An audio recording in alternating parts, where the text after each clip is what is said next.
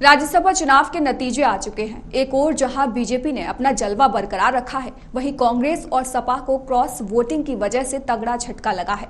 हिमाचल प्रदेश में सत्तारूढ़ कांग्रेस को राज्यसभा चुनाव में उस समय करारा झटका लगा जब उसके विधायकों की क्रॉस वोटिंग की वजह से पार्टी उम्मीदवार को बीजेपी के हाथों हार का सामना करना पड़ा। देखिए हमारी खास रिपोर्ट।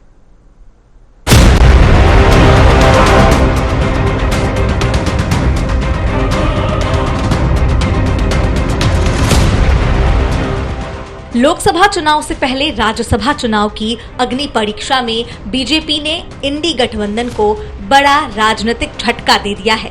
विपक्षी गठबंधन की सबसे बड़ी पार्टी कांग्रेस हिमाचल प्रदेश में अपनी सरकार होने के बावजूद अपने विधायकों को एकजुट नहीं रख पाई, तो वहीं देश की लोकसभा में सबसे ज्यादा 80 सांसद चुनकर भेजने वाले राज्य यूपी के सबसे बड़े विपक्षी दल समाजवादी पार्टी के नेता अखिलेश यादव भी अपने विधायकों को एकजुट नहीं रख पाए।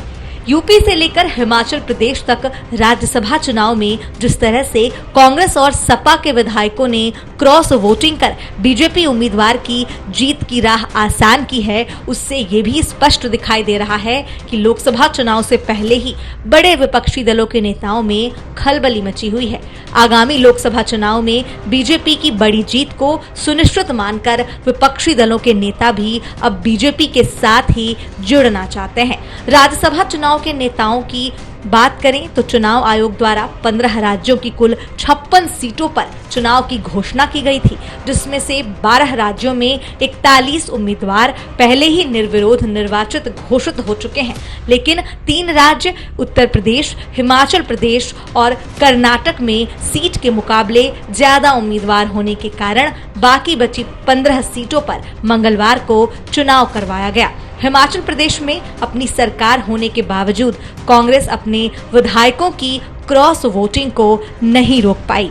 इस पहाड़ी राज्य में बीजेपी की जीत में भाग्य की भी बड़ी भूमिका रही। राज्यसभा चुनाव में यह बड़ी जीत हासिल कर बीजेपी ने सिर्फ विपक्षी गठबंधन को राजनीति के मैदान में ही नहीं पछाड़ा है, बल्कि इस जीत के साथ अब भाजपा के नेतृत्व वाले एनडीए गठबंधन को राज्यसभा में भी बहुमत हासिल हो गया है।